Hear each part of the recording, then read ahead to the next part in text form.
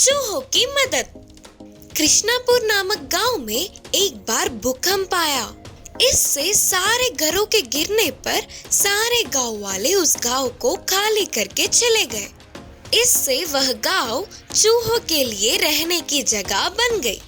ऊपर से उस गांव में कोई इंसान नहीं थे ना, इससे चूहों की संख्या रोज रोज बढ़ती ही जा रही थी। एक बार उस गांव के बगल वाली जंगल में पानी की कमी आई। सारे तालाब, नदी, सरोवर सूख गए। पानी नहीं मिलने पर जानवर तड़प रहे थे। पानी को कोसते हुए एक हाथियों का झुंड कृष्णापुर पहुँचे। हाथियाँ उस गांव के पीने के पानी की नदी के पास जा रहे थे तो बीच रास्ते में 100 तक चूहे उनके पैरों के नीचे आकर कुचल गए। यह देखकर चूहों के राजा हाथियों के पास जाकर कहा, आप लोगों के तेजी से नदी के पास जाने पर हमारे कुछ मित्र आपके पैरों के नीचे गिरकर मर गए। आप लोग वापस जाते समय दया करके दूसरे मार्ग से जाइए।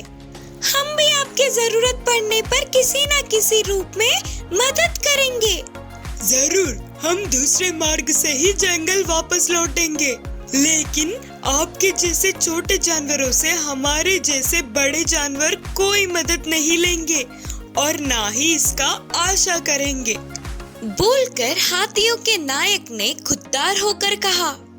वादे के मुताबिक ही हाथी दूसरे मार्ग से जंगल पहुंच गए। कुछ दिनों के बाद जंगल के कुछ हाथी शिकारी के जाल में फंस गए। बाकी के हाथियों को उस जाल के हाथी को कैसे बचाए कुछ समझ ही नहीं आ रहा था। आखिर में हाथियों के नायक ने एक हाथी से चूहों के राजा तक इसकी खबर पहुंचाई। वह हाथी गांव के चूहों के राजा के पास जाकर पूरी बात बताया। तुरंत हजारों चूहे जंगल पहुंचकर हाथियों के फंसे जाल को अपने दांतों से काटकर उन्हें विमुक्त किया। उसके बाद हाथियों ने अपनी गलती को जानकर चूहों से माफी मांगकर मेहमान नवाजी करके वापस भेजे। इस कहानी की नीति है कि चाहे कोई कितना छोटा क्यों ना हो, उनकी मदद कर पाने की क्षमता को कभी भी कम नहीं समझना चाहिए। बकरी की गंभीरता। एक दिन एक बकरियों का रखवाला घास चराने के लिए उन बकरियों के झुंड को जंगल में ले जाता है। उधर एक बकरी रास्ता भटक जाती है। इस बात पर वह लौटते समय भी ध्यान नहीं देता है। तब तक रात हो चुकी थी। पहाड़ों के एक गुफा में पहुंचकर उधर ही सो जाती है। वो गुफा शेर का था। थोड़ी देर बाद शेर अपने घर पहुंचा। उसके गुफा में सोने वाली दूसरी जानवर को देख वह कोई अलग ही जानवर होगा सोचकर दूर ही रह गया। यही नहीं, अंधेरे में बकरी के आंख चमक रहा था तो वो देख के शेर को और भी डर लगने लगा। ऐसे जानवर को पहले कभी नहीं देखा होगा सोचकर डर से क्या करे कुछ समझ न पाते हुए शेर गुफा के सामने ही ऐसे ही खड़ा रह गया। शेर को देखकर बकरी भी बहुत डर गई। तो फिर वह डर के शेर से छुपते हुए अपने प्राणों को हाथ में रखकर वह शेर से बचने की योजना सोचने लगी। थोड़ी देर बाद उसे एक उपाय मिला। गंभीरता का नाटक करते हुए बोली, तुम कौन हो? शेर ने कहा, मैं महाराज शेर हूँ। पर आप कौन? करके डरते हुए पूछा शेर। फिर बकरी ने उसका जवाब नहीं दिया।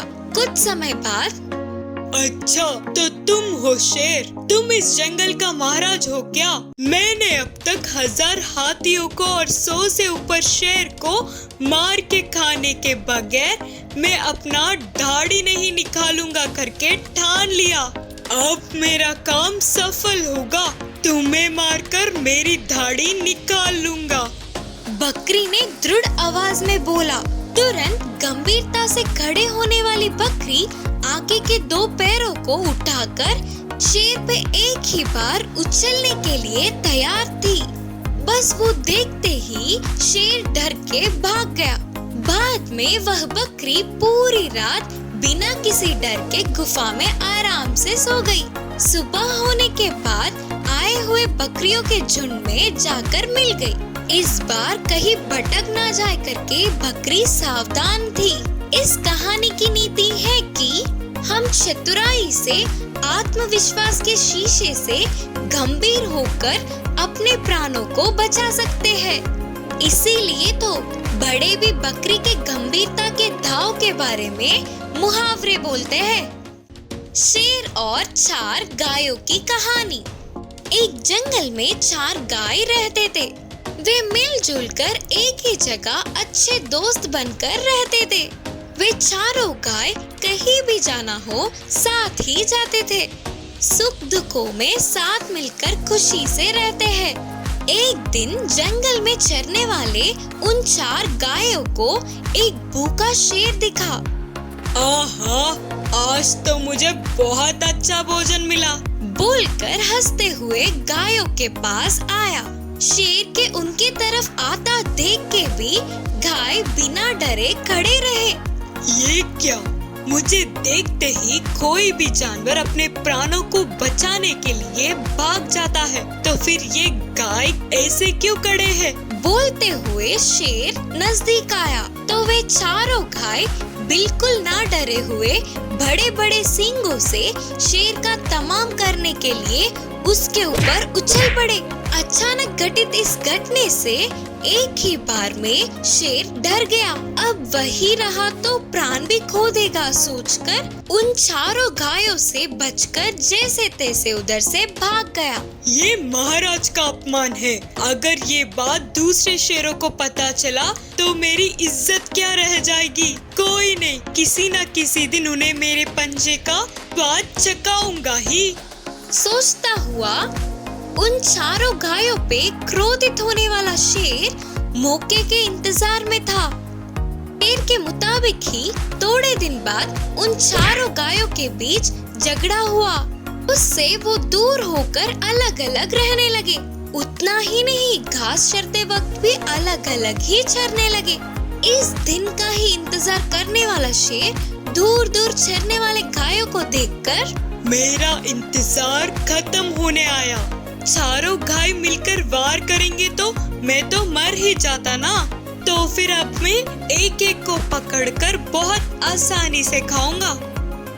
बोलकर बहुत खुश हुआ। फिर भी वह जल्दबाजी ना करता हुआ एक अच्छे दिन के लिए रुका था। ऐसे ही एक दिन पहले गाय को अकेला घास चरता हुआ देख पौधे के पीछे छुपा हुआ शेर एक ही बार में पंजा डालकर मार दिया और आराम से उसका मांस खा गया। ऐसे दूसरे, तीसरे और चौथे गाय पर भी हमला करके मार डाला और उसने अपना शपथ पूरा कर लिया।